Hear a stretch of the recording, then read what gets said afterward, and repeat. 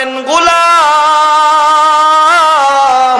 কবরে যখন তুমি যাইবা মনে রাখিও গোলাম, তোমাকে কবরে শোয়ানোর পরে তোমার জীবনে যত ভুল আছে, যা কিছু আছে, আমি আল্লাহ কিন্তু সব কিছুর জন্য তোমাকে জিজ্ঞাসা করব। আল্লাহ তাআলা বলেন, আল্লাযী খালাকাল মাউতা ওয়াল হায়াতা লিয়াবলুয়াকুম আইয়ুকুম আহসানু আমালা। পড়েন আল্লাহু আকবার। আল্লাহ তাআলা বলেন, গোলাম আমি তোমাকে জীবন দিয়েছি রে গোলাম, আমি আবার তোমাকে মৃত্যু দিব।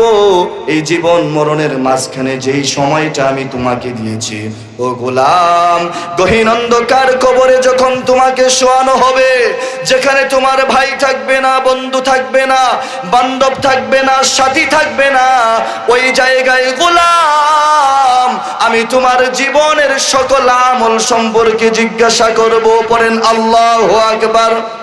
আবার কোরআনুল কারীমে বলেন, বান্দারে দুনিয়ার জীবনে দুনিয়ার জমিনে অন্যায় করে বাঁচা যায়, ঘুষ দিয়ে বাঁচা যায়, মাঝে মধ্যে নেতাদেরকে ঘুষ দিলে বাঁচা যায়, মানুষকে মিথ্যা বলে বাঁচা যায়, কিন্তু কবরের জমিনে বাঁচার জায়গা নাই রে গোলাম। তোমার জীবনের আমলগুলা আমি এমন ভাবে রেখেছি আর এমন ভাবে তোমাকে দেখাবো রে গোলাম, একটা ছোট থেকে ছোট আমল তোমার জীবন থেকে তুমি লুকাতে পারবে না। আল্লাহ তাআলা পবিত্র কোরআনুল কারীমে বলেন, ফামান ইয়ামাল মিসকালা যাররাতিন খায়রান ইয়ারা।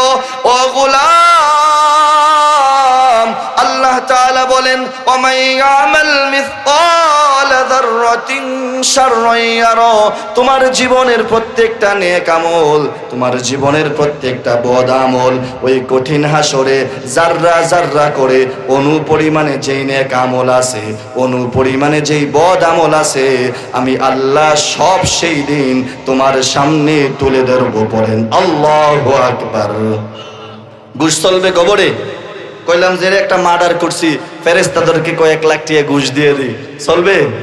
নিবে ফেরেশতারা ঘুষ? আল্লাহ ঘুষ নিবে? রাস্তা নাই। আল্লাহ কয় হিসাব কিতাব বরাবর। বলেন কি বরাবর?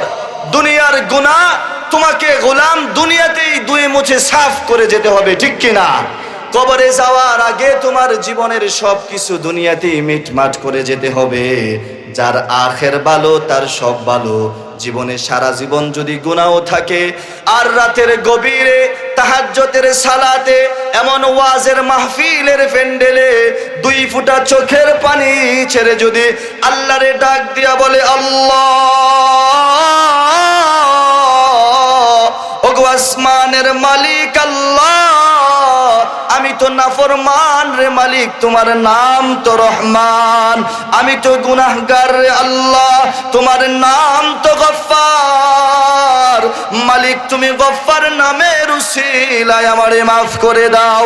আল্লাহ কয়, বান্দা তুই আমারে ডাক দিতে সময় লাগবে, তোর মনের অবস্থা যখন আমি বুঝবো, একনিষ্ঠতার সাথে আমি আল্লাহরে যখন ডাক দিবি, আমি আসমানের মালিক আল্লাহ তোকে সাথে সাথে মাফ করে দিব। পড়েন সুবহানাল্লাহ। তাইলে আল্লাহর কাছে মাফ চাইতেও কোনো সমস্যা নাই।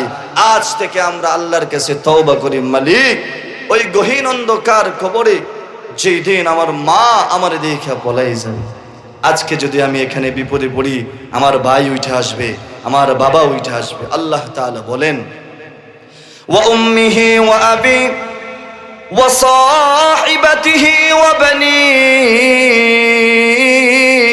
দুনিয়ার জমিনের মা বাবা, স্ত্রী সন্তান, পরিবার পরিজন গহীন অন্ধকার কবরে হাসরের ময়দানে গোলাম তোমারে দেখা পলাই যাবে রে গোলাম।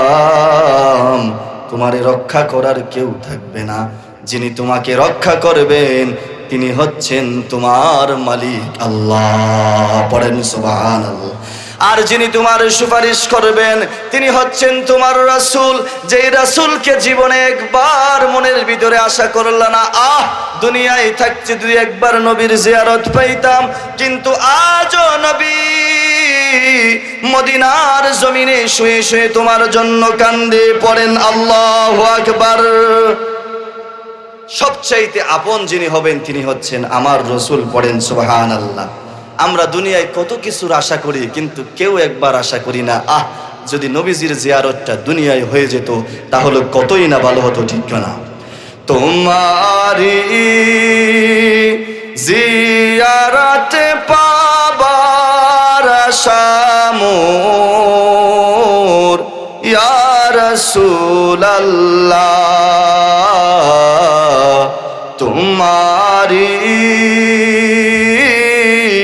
জিয়ারত পাবার আশা মোর ইয়া রাসূলাল্লাহ, মরণে পাই যেন তোমার দেখা গো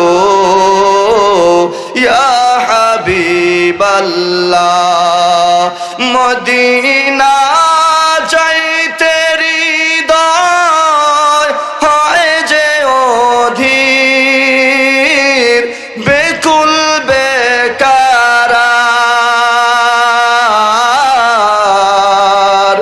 মদিনা যাইতে হৃদয় হয় যে অধীর,